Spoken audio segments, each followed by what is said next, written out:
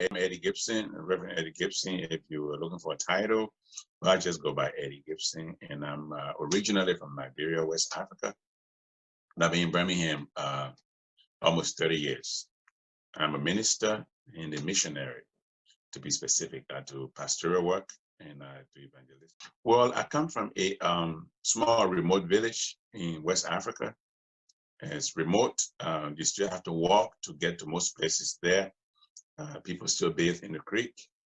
They don't have electricity. I had an opportunity to go to a college, which was a boarding school, and my church gave me scholarship. They pay for everything. I wasn't initially planning to come to America.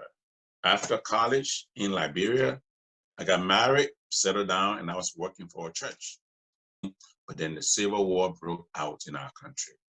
There's a political conflict. The rebels came to town in December of 1989, and they took everything over. They were shooting young kids, 8 years old, 12 years old. I mean, they had guns everywhere in your community.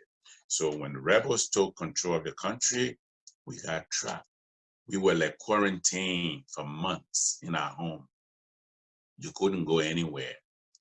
They were vandalizing people's stuff, taking people's vehicles from them. Dead bodies all around the city, killed people close to our house. I had to bury some myself. And so it got to a point where things were kind of running out. And so I had a desire in my heart to get my family out to a safe haven. Prior to the war, we met a young missionary who was working in Liberia. This young missionary, her name was Eddy and my wife worked in the same room, at the Baptist Publishing House. We became good friends, but she left before the war broke out. And because we were friends, and when we had our first child, we named our child for her, that relationship just kind of sealed, And so she was praying for us. She lived in Birmingham then. She was praying for us that God would work a miracle to get us out of. While we were in the Ivory Coast, she made connection with the missionaries who were there and connected us, let her know that we were out. And after that, she started working on the process of getting us to the States. And so in order for us to be able to come, for us to come, make our transition easier, faster and all that, she got me a scholarship to come to Stanford University. It was the transition, and it wasn't that stressful. It took me a while to adjust when we got in Birmingham. For instance, I'm sitting in the classroom, and when I hear the ambulance siren, I'm thinking I'm still back in Liberia. Oh, the war was still going on. Cities all torn apart, buildings have bullets, marks all in them, and but people trying to put their lives back together. And I believe God's calling me and my family to be a part of the healing process.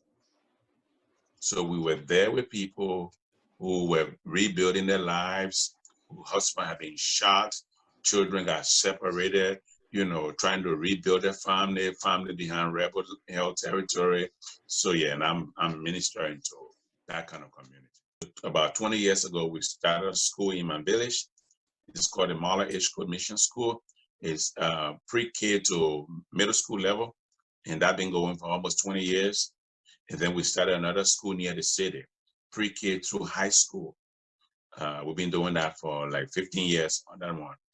And then also try to start an agriculture college in my village to help the people to grow their own food, to be able to sustain themselves.